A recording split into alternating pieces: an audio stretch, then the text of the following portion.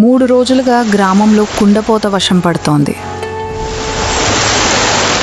ఇళ్ళన్నీ నీళ్లతో చుట్టుముట్టాయి. అయ్యో సూరయ్య, బయట వర్షం ఎలా పడుతుందో చూసావా? ఈ రోజైనా ఇంట్లోనే ఉండు. ఇంట్లో కూర్చుంటే పిల్లలకి అన్నం ఎవరు పెడతారు సీతమ్మ? ఈ వర్షంలోనే పీతలు ఎక్కువగా దొరుకుతాయి. ఈరోజు వెళ్ళకపోతే అవకాశం పోతుంది. నీ ప్రాణం కంటే డబ్బు గొప్పదా?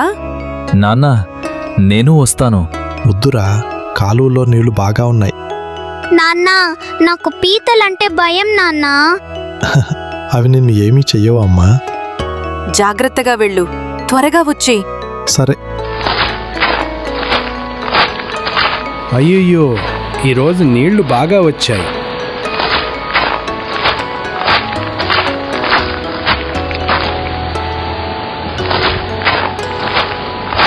ఏమయ్యా సూరయ్య, పీతల కోసమేనా? అవునరా, ఈరోజు మంచి రోజు.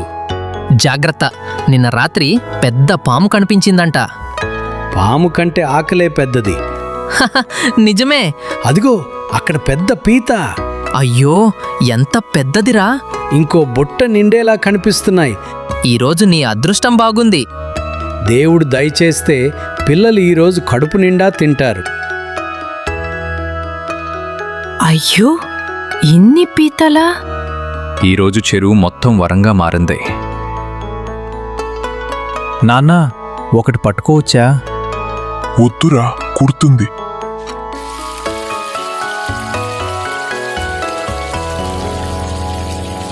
అమ్మా, నేను మసాలా తలపనా? రా అమ్మా, ఉల్లిపాయలివ్వు. ఈరోజు కూర బాగా కారంగా చెయ్యి. ఎందుకు? వర్షంలో కారంగా ఉంటేనే అందరూ ఇష్టపడతారు. నాన్న, మనం ఎక్కడమ్ముతాం? బస్టాండ్ దగ్గర. వర్షంలో అక్కడే జనాలు ఎక్కువ.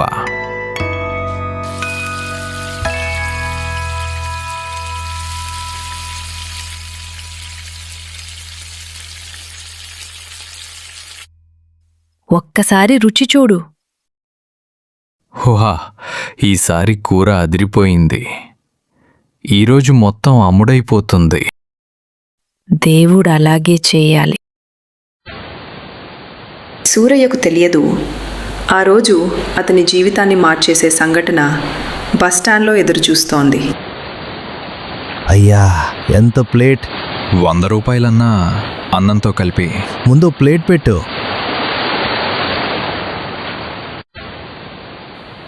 ఇదిగో అన్నా, వేడిగా ఉంది, జాగ్రత్త. అరే, ఇది సూపర్ రా. ఇంకో ప్లేట్ పార్సెల్. వెంటనే ఇస్తాను.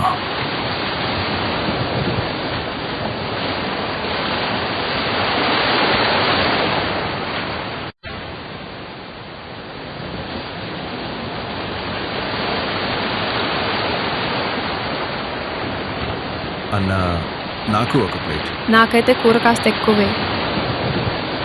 అందరికీ వస్తుంది, ఒక్కొక్కరుగా రండి.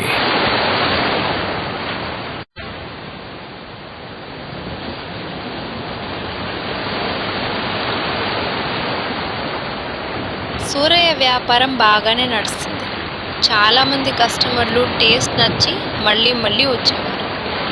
సూరయ్య వ్యాపారం అభివృద్ధి అవుతూ ఉంటే అతని స్నేహితుడికి అసూయ వచ్చి తనతో పోటీగా వ్యాపారాన్ని చేయాలి అని అనుకుంటాడు. ఏమయ్యా సూరయ్య, బాగా వ్యాపారం చేస్తున్నట్టున్నావే.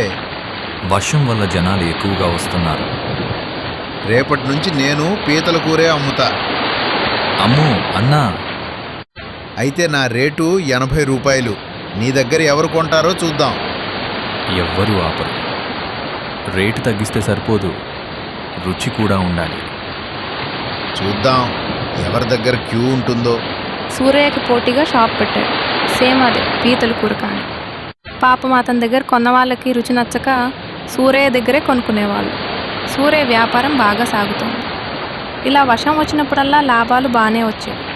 అయితే ఇక్కడ నేర్చుకోవాల్సిన విషయం ఏమిటంటే, ఎదుటివారిని చూసి వాళ్ళకంటే మనమే గొప్ప అని తూతల మాటకం లేకుండా మొదలు పెడితే ఇలానే ఉంటుంది. మరి ఈ కథ మీకు నచ్చితే లైక్ చేసి మరిన్ని కథల కోసం సబ్స్క్రైబ్ చేసుకోండి.